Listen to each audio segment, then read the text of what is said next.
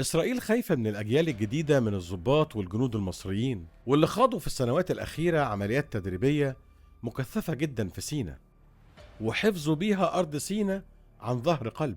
طردوا خلالها الجماعات الإرهابية وفصائل المقاومة الانفصالية، واللي بتعتبر إن هي مدربة على عمليات تكفيرية وانتحارية أكتر من الجيوش النظامية كمان. ومصر ما استعنتش بأي طرف دولي لمواجهة الجماعات الإرهابية، واجهتها بجيشها النظامي واللي بيعد أقوى جيوش المنطقة، واللي بيحتل المرتبة ال15 بين جيوش العالم، واللي اكتسب ضباطه وجنوده خبرة عالية جدا في المواجهات المباشرة بكل الأسلحة والأفرع، سواء جوي أو بحري أو حتى بري. حفظوا الدروب الوعرة في سيناء وحفظوها شبر شبر.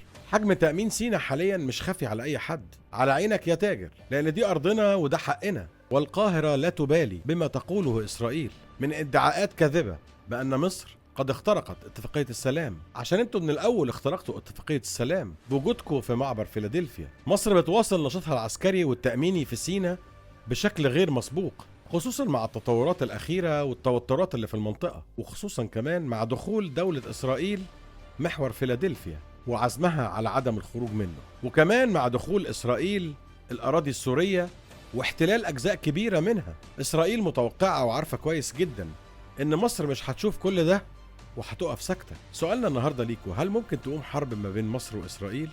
اكتبوا لنا في التعليقات. أشوفكم على خير.